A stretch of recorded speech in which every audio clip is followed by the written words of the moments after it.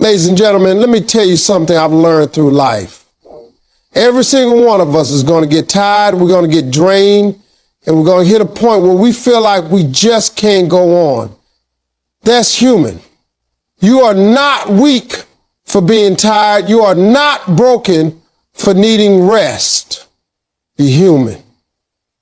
The real strength comes from understanding that sometimes you've got to step back, recharge yourself, and then come back stronger than ever before. Ladies and gentlemen, let me tell you something right now that might just change the way you look at your journey.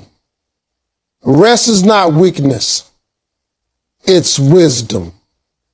Somewhere along the line, this world started teaching us that if you ain't moving every second of the day, if you ain't grinding 24/7, if you ain't sacrificing every ounce of yourself to chase a goal, then you don't want it bad enough. People make you believe that if you sleep, you're lazy. If you take a break, you're falling behind. If you breathe for a moment, somebody else out there gonna get ahead of you. But let me ask you this. What good is chasing the finish line if by the time you get there, you too broken, too worn out, and too drained to enjoy it? That's not success. That's self-destruction. See, I done lived long enough. I've fallen enough times. I pushed myself past exhaustion enough to know that you cannot run on empty. You can't keep pouring out and never refill. You can't keep giving the world your best when you ain't got nothing left inside of you. Rest is not a weakness. It's not a lack of ambition. It's not a flaw in your character. It's wisdom. Because wisdom tells you slow down now so you can go further later. Recharge today so you can fight tomorrow. Wisdom tells you you're not a machine. You're a human being. And human beings need restoration. Let me put it like this. Think about a phone. Every single one of us got a phone. We charge it up every night, sometimes 2 times a day if we're using it too much. Why? Because without a charge, the thing shuts down. It don't matter how expensive that phone is, how many apps it's got, how good the camera is. If it's dead, it's dead. Now, none of us gets mad at the phone for needing a charge. Nobody looks at the phone and says, man, you weak for running out of battery. Yo, we plug it in, we give it power, and we let it rest until it's ready again. So why is it that when it comes to ourselves, we don't do the same? Why do we beat ourselves up for needing to recharge? Why do we call ourselves lazy when all we really need is a pause? If the phone deserves a charge, then so do you. Rest is wisdom because it keeps your mind sharp. When you never stop moving, when you don't take a break, your brain gets cluttered. You stop seeing clearly. That's when you start making poor decisions, reacting out of stress, snapping at people you love, chasing things that don't even line up with your purpose. Rest resets your mind. It's like cleaning off the fog from a window so you can finally see through it again. Some of the greatest ideas, some of the biggest breakthroughs, they don't come when you're overworked and exhausted. They come when you slow down, when you give your spirit room to breathe, when you finally stop long enough to hear that still small voice inside telling you the direction you need to take. Rest is wisdom because it strengthens your body. Let me tell you, I don't care how tough you think you are, if you don't take care of your body, it will sit you down. If you don't listen to it when it whispers for rest, one day it will scream, and it'll do it by breaking you down. I've seen people who grind so hard, they don't eat right, they don't sleep, they don't exercise, and then they wonder why they sick, why they always in pain. while they always fatigued. That's not strength. That's neglect. Your body is the only vehicle you got to carry you through this life. Treat it with care. Give it rest, give it fuel, give it movement. And when it thanks you by carrying you longer, by carrying you stronger, you'll understand why wisdom always beats pride. Rest is wisdom because it recharges your spirit. I don't know about you, but I know I can't fight the battles of life on my own strength. I need God. I need faith. I need my spirit aligned. But you can't hear from God when your mind is noisy and your schedule is chaotic. You can't feel his peace when you're running like a machine with no pause. Sometimes you got to be still. Sometimes you got to unplug from the world to plug back into your source. Sometimes you got to step away from the noise to hear the message. That's wisdom. That's how you recharge your soul. Because when your spirit is right, you can handle the storms. When your spirit is strong, you don't break as easy. You bend, you adjust, you grow, and you keep on going. And let me tell you this, rest is wisdom because it prepares you for longevity. Anybody can sprint for a short time. Anybody can work hard for a few days or a few months, but real success, real greatness, it's about endurance. It's about staying in the game long enough to win. And endurance requires rhythm. It requires pacing yourself. It requires knowing when to push and when to pause. If you go all out without ever stopping, you burn out. But if you respect rest, if you honor the pauses, you build consistency.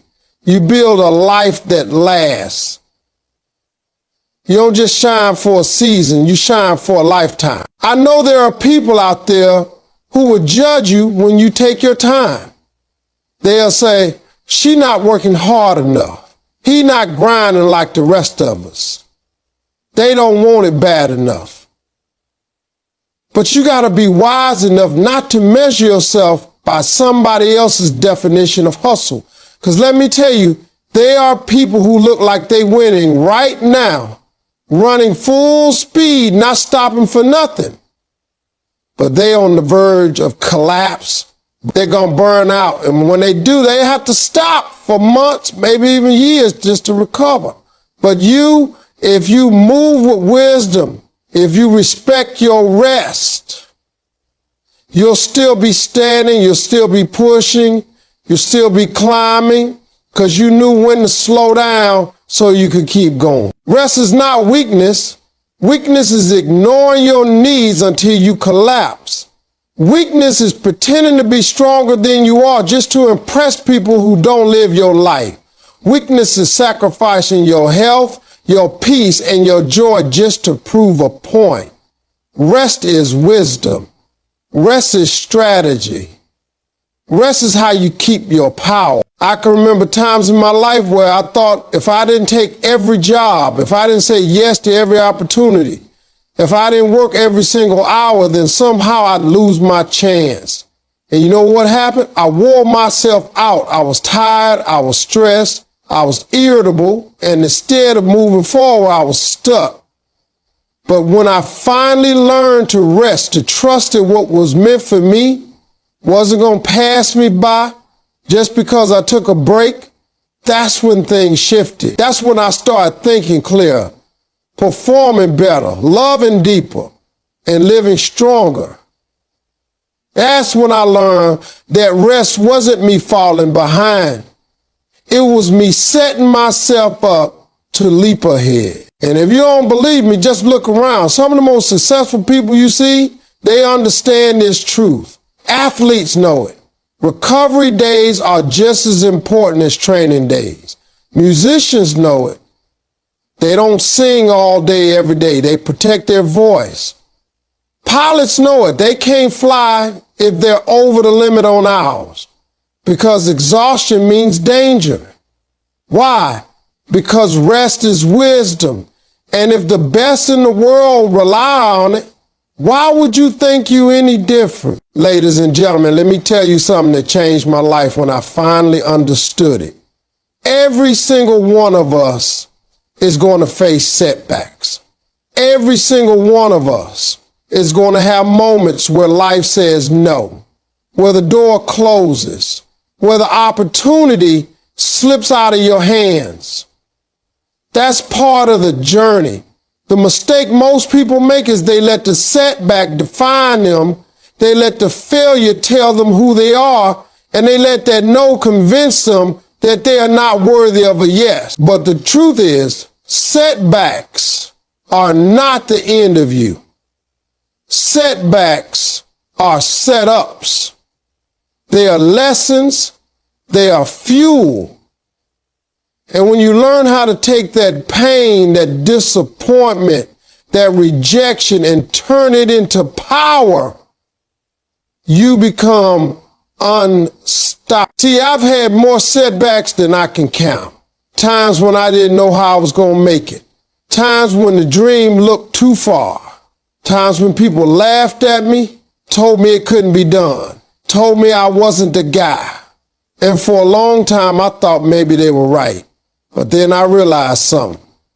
Every single time I got knocked down, every single time I failed, every single time the plan didn't work out, I was being taught, I was being shaped, I was being given material to build something stronger.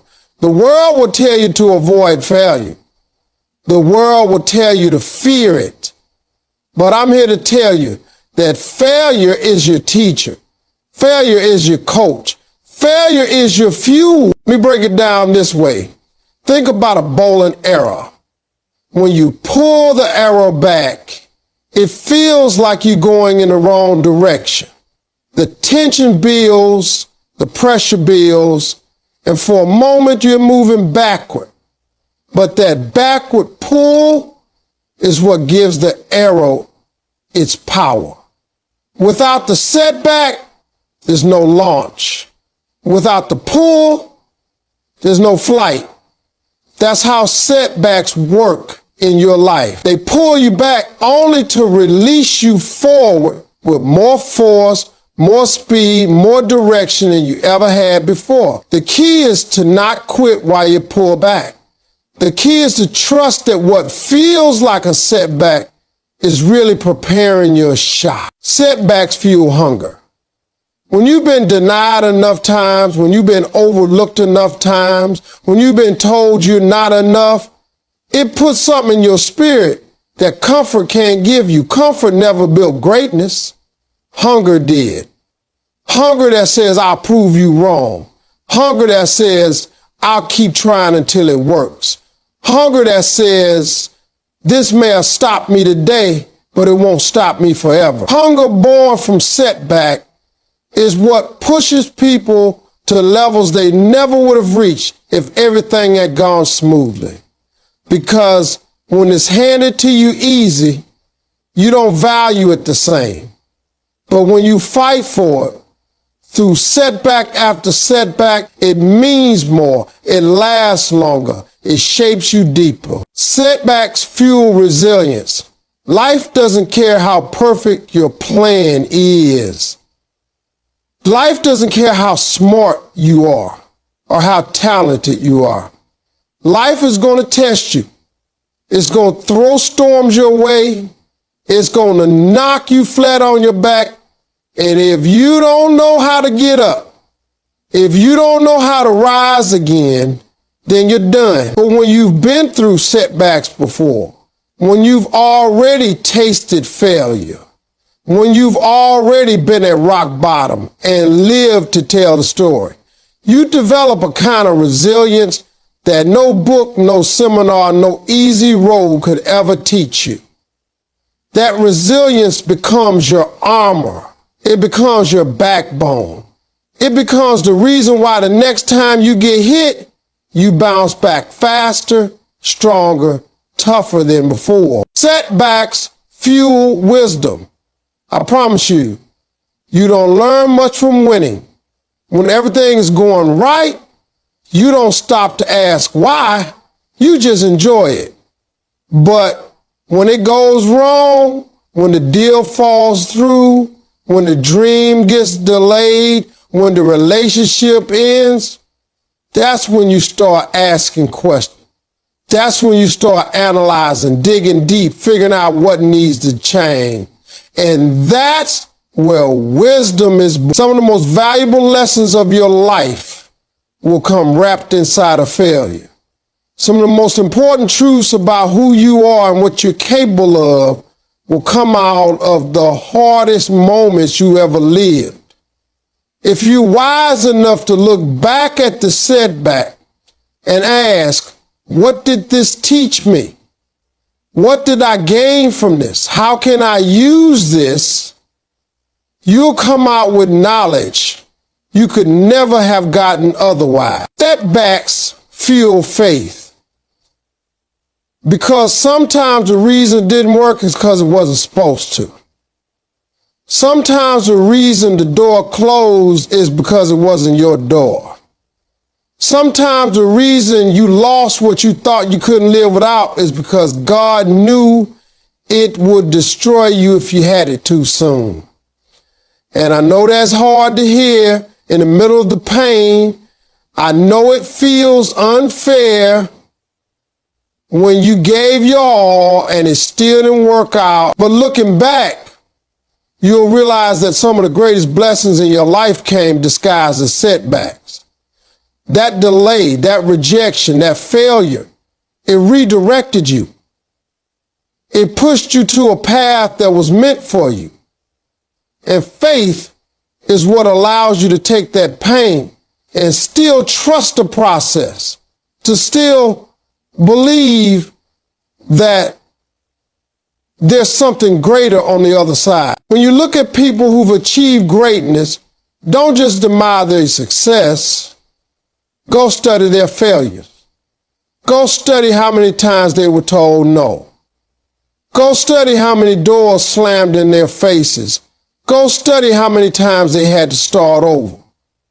What makes them great is not that they avoided failure. It's that they used it. They let the setback light a fire under them instead of putting the fire out. They didn't let the rejection stop them. They let it motivate them. They didn't let the failure define them.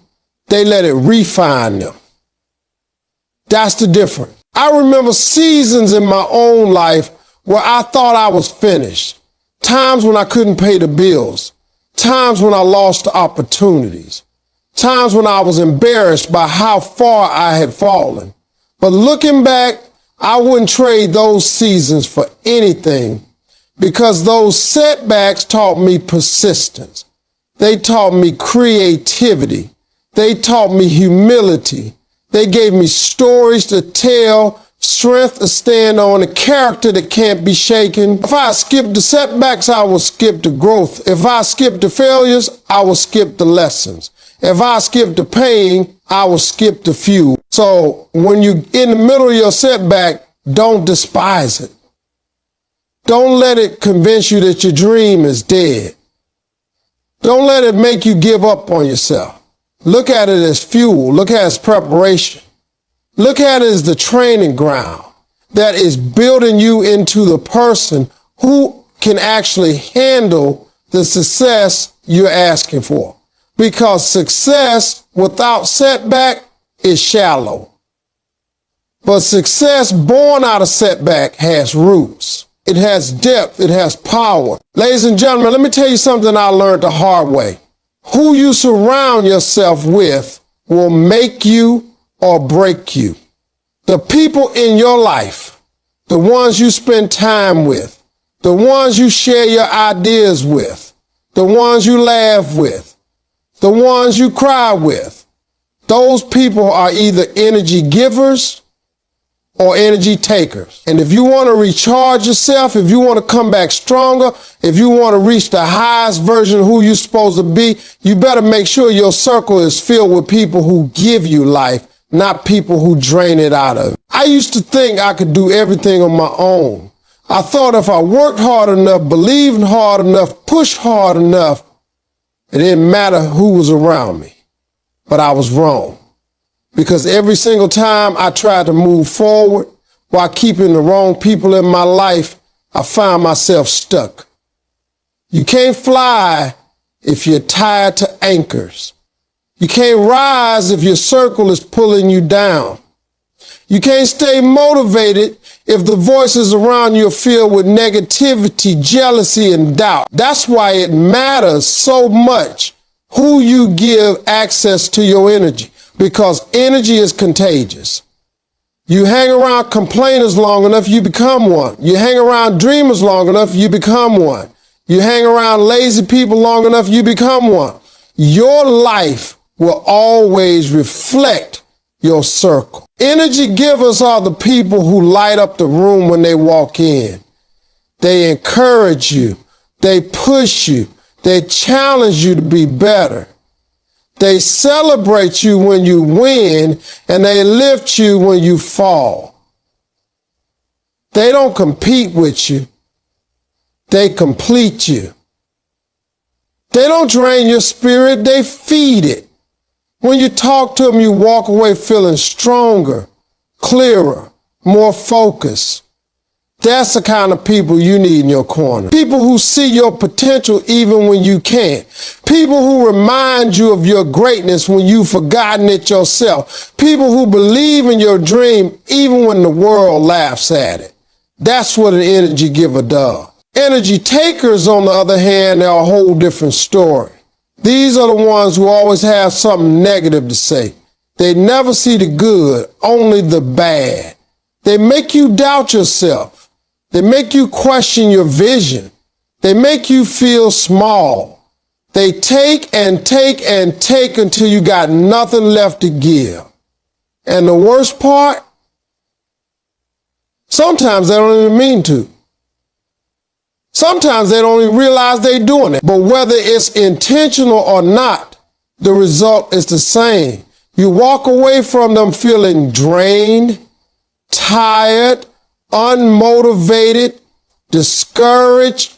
And if you keep surrounding yourself with that kind of energy, you will never reach the place you're trying to go. One of the hardest lessons you'll ever have to learn in life is that not everybody can go with you. Some people are only meant for a season. Some people are only meant to teach you a lesson. Some people are only meant to show you who not to become. And if you don't recognize when it's time to let them go, you'll carry dead weight into your future. The truth is, some relationships expire. Some friendships have run their course. Some connections are blocking your growth because they keep you tied to an old version of yourself. And if you want to step into the new, you got to let go of the old. That doesn't mean you hate them. That doesn't mean you wish them harm. It just means you've decided your peace, your growth, your future matters too much to keep entertaining people who drain your energy. Let me tell you something about dream killers. Dream killers don't always show up as enemies. Sometimes they're your family. Sometimes they're your friends. Sometimes they're the people closest to you. They'll smile in your face and still plant seeds of doubt in your spirit. You'll tell them about your dream, and they'll say, that's too big. That's too risky. That's impossible. And if you're not careful, their words will become your reality. You'll start shrinking your dream to make them comfortable. You'll start lowering your standards to match theirs. That's why you need energy givers in your life. Because dream killers will try to clip your wings, but energy givers will remind you that you were born to fly. You need people in your life who inspire you, who stretch you, who hold you accountable. People who see more in you than you see in yourself. People who won't let you quit when it gets hard. People who say, you're better than that. Keep going. You've got more in you. You need people who speak life into your spirit, because words are powerful. The wrong words can destroy you.